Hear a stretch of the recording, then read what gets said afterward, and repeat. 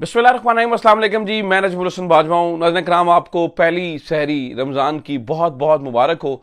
अल्लाह करे कि ये रमज़ान करीम हमारे प्यारे मुल्क पाकिस्तान के लिए रहमतें और बरकतों में इजाफा कर। वैसे तो रमज़ान होते ही रहमतों और बरकतों का महीना है, लेकिन जिस तरीके से रमज़ान का आगाज़ हुआ है या करने की कोशिश की गई है, उससे ये जो मेरे हाथ में मुकद्दस किताब है पाकिस्तान की, ये कॉन्स्टिट्यूशन ऑफ पाकिस्तान है, constitution of the Islamic Republic of Pakistan.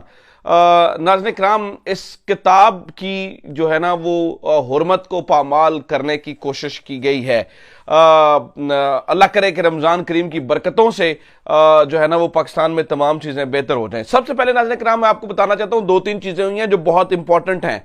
Number one तो आपको पता है कि इलेक्शंस को जो है ना वो कॉल ऑफ इस तरह से करके कि उसका शेड्यूल अचानक जो है ना वो तिलस्माती तौर पर जो है ना वो तब्दील कर दिया जाता है और बगैर कोई बड़ी रीजन दिए नाज़रीन किराम उसका शेड्यूल जो है ना वो अक्टूबर में कर दिया जाता है। तो उस पर मैं आपको ये बता दूं कि आर्टिकल 6 का दरवाजा अब खुल चुका है। रात इस बारे में बहुत बड़ी जो है ना वो मुहिम शुरू हो चुकी है। आर्टिकल 6 जो है ना वो इसकी बात हो रही है कि सिकंदर सुल्तान राजा साहब और उनके तमाम जो साथ दोस्त हैं, दोस्त से मुराद जितने अहलकार हैं जो कि इलेक्शन कमीशन ऑफ पाकिस्तान के अंदर मेंबरान हैं, उनके खिलाफ आर्टिकल 6 लगाया जाए। अब ये मैं नहीं कह रहा हूं या मेरी राय नहीं है, बल्कि रात से अब ये ट्रेंड चल रहा है और तमाम जो लोग हैं, बिलखुसूस जर्नलिस्ट, उसके बारे में जो है ना वो ट्वीट कर रहे हैं।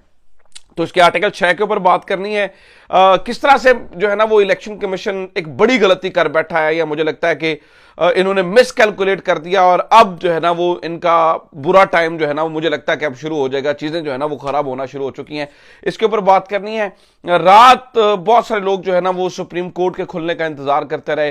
रात सुप्रीम कोर्ट क्यों ना खुली, मतलब उसके दरवाजे क्यों ना खुले, इसके ऊपर भी बात करनी है। लेकिन सबसे पहले नाज़रीन किराम, इन तमाम चीज़ों के ऊपर बात करने से पहले मैं आपको बताऊं कि रात अचानक 10:15 बजे जो है ना वो चांद का ऐलान किया गया और कहा गया जी आज सुबह पहला रोज़ा होगा।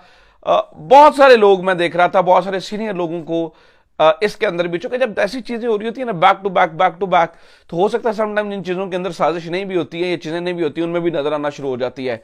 तो बहुत सारे लोगों का ये ख्याल था कि ये जो चांद का नजर आना है ना, ये चांद नजर नहीं आया, चांद चलाया गया है। ठीक है, बहुत सारे सीनियर लोग जो है ना वो इस बारे में रात को बात कर रहे थे और इसके ऊपर जो है ना वो डिस्कशन हो रही थी कि एकदम 10:15 बजे कहां से जो है ना वो चांद की शहादतें मिल गई हैं। उसको भी ये पॉलिटिकल मामलात से जो है ना वो जोड़ा जा रहा था कि शायद यहां पर कुछ करना मकसूद है या फला।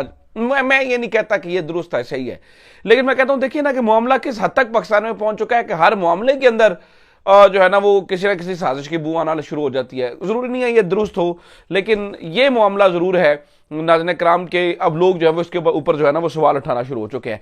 खैर जनाबे वाला, रात नोटिफिकेशन एक आया और नोटिफिकेशन के अंदर जो है ना वो इलेक्शन कमीशन का, उसके अंदर जो है ना वो सीधी सीधी बात कही गई। उसमें आर्टिकल 218(3) का हवाला और सेक्शन 58 और 8C का हवाला देकर इलेक्शन एक्ट का ये बताया गया जनाब के चूंकि वेयर एज ये नहीं हो सकता, वो नहीं हो सकता, लिहाजा हम जो है ना वो इलेक्शन जो है ना वो करवा नहीं सकते हैं। इससे बिल्कुल इलेक्शन कमीशन ऑफ पाकिस्तान की जो क्रेडिबिलिटी है वो खत्म हो गई। मतलब जो झाका रह गया था वो भी जो है ना वो खत्म हो गया। सबसे पहले जरा इसके ऊपर बात कर लेते हैं कि आर्टिकल 6 क्या है, आर्टिकल 218 क्या है। ये आइन की जो किताब है, पाकिस्तान की मुकद्दस किताब जो है ना वो जो पाकिस्तान के कानून की मुकद्दस किताब है वो मेरे पास मौजूद है। मैं आपको दोनों चीजें पढ़ के सुना देता हूं, उसके बाद जरा बात कर लेते हैं कि रात सुप्रीम कोर्ट क्यों नहीं खुली है। वैसे आपको एक मजे की बात बताऊं, रात की सिर्फ इस जस्टिफिकेशन के लिए दो लोग जो है, एक दो लोग जो है वो सामने आते रहे हैं, जो स्पेशली बताया गया, इंडक्ट किए गए। इरफान कादिर साहब जो है ना वो बार बार इसके ऊपर जस्टिफिकेशन दे रहे, क्योंकि इसके अंदर साजिश नाम इसलिए नजर आती है क्योंकि देखिए ना कुछ लोग लंबे अरसे से ये कह रहे थे कि इलेक्शंस नहीं होंगे।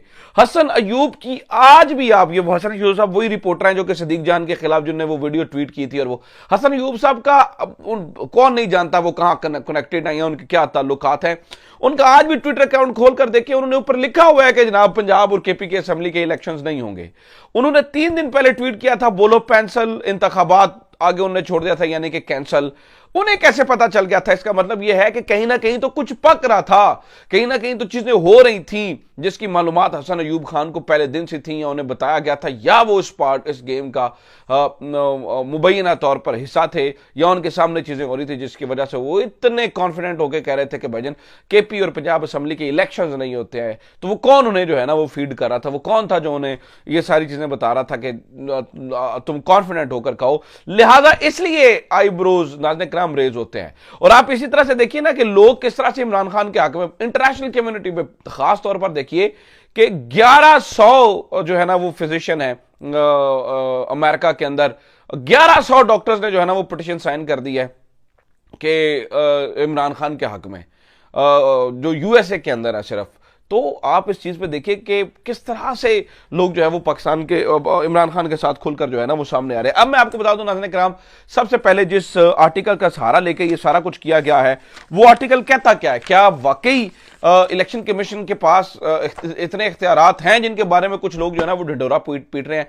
मैं कहता हूं जो कुछ भी है ना, हम हमारे चेहरों हमारे सामने से ना कुछ लोगों का निकाब हट गया है। मतीउल्लाह जान जैसे लोग, एजाज सैयद जैसे लोग, जिनकी हम बड़ी रिस्पेक्ट किए करते थे, इख्तलाफात के बावजूद हम कहते थे यार इख्तलाफात लाख से ही, चीजें फलां से ही, जो कुछ भी है यार उन लोगों की देखो ना एक चीज तो है ना, वो एंटी एस्टेब्लिशमेंट है, देखिए जमहूरियत के दाई है। नाज़रीन किराम उनके चेहरों से निकाब हट गए हैं क्योंकि वो कहते हैं इलेक्शन कमीशन ऑफ पाकिस्तान के पास बहुत ताकत है, बहुत पावर है। तो नाज़रीन किराम मैं ये आइन की किताब मैंने खोल ली है क्योंकि इसी आइन के आर्टिकल 218 का हवाला देकर, 218(3) का हवाला देकर इलेक्शन कमीशन ऑफ पाकिस्तान ने जो है ना वो इन इंतखाबात को मुलतवी किया है, जिसका कोई सर पैर नहीं है, कोई कुछ नहीं है। क्योंकि याद रखिएगा नाज़रीन किराम, आप इससे 3 महीने की निगरान हुकूमत को कैसे बढ़ा सकते हैं? इलेक्शन कमीशन ऑफ पाकिस्तान को किसने ये इख्तियार दिया है? क्योंकि आइन तो ये नहीं कहता है, आइन कुछ और कहता है। ये आइन का आर्टिकल नाज़रीन किराम 218, ये मेरे सामने खुला हुआ पड़ा है,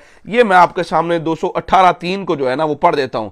वो 218(3) में लिखा है, it shall be the duty of the Election Commission to organise and conduct the election to make sure arrangements as necessary to ensure the election is conducted honestly, justly, fairly, and in accordance with law, and that corrupt practices are guarded against. जिसमें वो सिर्फ सादी सादी बात करें कि आपको जो है ना वो ऑनेस्टली, जस्टली और फेयरली इलेक्शंस करवाने हैं। तो ये जिस उसका आर्टिकल का हवाला दे रहे हैं नाज़रीन किराम, ये तो बजाते खुद उसमें जो है ना वो फंसते हुए नजर आ रहे हैं, फंसती हुई जो है ना उनको चीजें नजर आ रही हैं, क्योंकि ये तो बजाते खुद ऐसे फंस जाएंगे। अब जो आर्टिकल 6 का कहा जा रहा है, बहुत सारे लोग इसके ऊपर बात कर रहे हैं, इनकी तस्वीरें चल रही है सोशल मीडिया के ऊपर जिसके ऊपर आर्टिकल 6 लगता है। आर्टिकल 6 संगीन गद्दारी का मुकदमा है नाज़रीन किराम। अब सुनिए आर्टिकल 6 क्या कहता है। वो कहते हैं loyalty to the state is the basic duty. अच्छा ये नहीं, आर्टिकल 5 है, आर्टिकल 6 कहता है ये yes, any person who abrogates or subverts or suspends or hold in abeyance or attempts to conspire to abrogate or subvert or suspend or hold in abeyance the constitution by use of force or show of force or by any other unconstitutional means shall be guilty of high treason। संगीन गद्दारी का वो मुर्तकिब होंगे। ना सिर्फ आइन तोड़ने के लिए नहीं, अब ये आर्टिकल 6 ने ना बहुत चीजें क्लियर कर दी हैं। सिर्फ आइन तोड़ने की सजा नहीं है, who abrogates or subverts or suspends or hold in abeyance or attempts or conspires to abrogate or subvert or suspend or hold in abeyance। अगर आप ऐसा करने की प्लानिंग भी करते हैं, साथ भी देते हैं, तो आपके ऊपर आर्टिकल 6 लगेगा। अब सवाल ये पैदा होता है कि ये सारी चीजें तो ठीक है, फिर इमरान खान के टाइम पे फौरी रात को अदालतें खुल गई थी, रात क्यों नहीं खुली? क्यों नोटिस नहीं हो गई ये सारी चीजें? तो नाज़रीन किराम मैं आपको एक बात बता दूं, मैं सबसे पहले आपको कहूंगा थोड़ा सा हौसला रखें। आपको थोड़ा सा हौसला रखने की, आपको इस वक्त सुप्रीम कोर्ट के साथ खड़े होने की जरूरत है। Do not criticise Supreme Court right now. हमारी जो हर पाकिस्तानी की आखिरी उम्मीद है वो सुप्रीम, यानी कि अल्लाह के बाद वो supreme court of the Pakistan है। Supreme court of the Pakistan के जजेस जो है ना, मुझे लगता है कि वो बिल्कुल इसको जो है ना वो रिवर्स कर देंगे, और ना सिर्फ रिवर्स करेंगे बल्कि कंटेम्प्ट की कार्रवाई भी होगी। क्योंकि ऐसा नहीं हो सकता कि हुकूमत की ख्वाहिश पर जो है ये सारी चीज़ें उसकी तकमील उन्होंने रात इसलिए नहीं खुली नाज़रीन किराम, क्योंकि इससे पहले जब रात खुली थी या बात हुई थी या फिर वो जो सो मोटो हुआ था उसके ऊपर बहुत तनकीद हुई थी, तरीक़ाकार सुबह सवेरे देखें अदालतें खुलनी होती हैं, टाइम के मुताबिक खुलती हैं, कुछ नहीं हुआ, कुछ ऐसा नहीं हुआ। वंस ये इसको टेकअप कर लिया जाएगा इशू को, तो मुझे लगता है कि फिर सारी चीज़ें आसान हो जाएंगी। थोड़ा सा हौसले से और सब्र से काम लेने की ज़रूरत है। सुप्रीम कोर्ट अपने अहकामात की जो है ना वो तामील जानती है।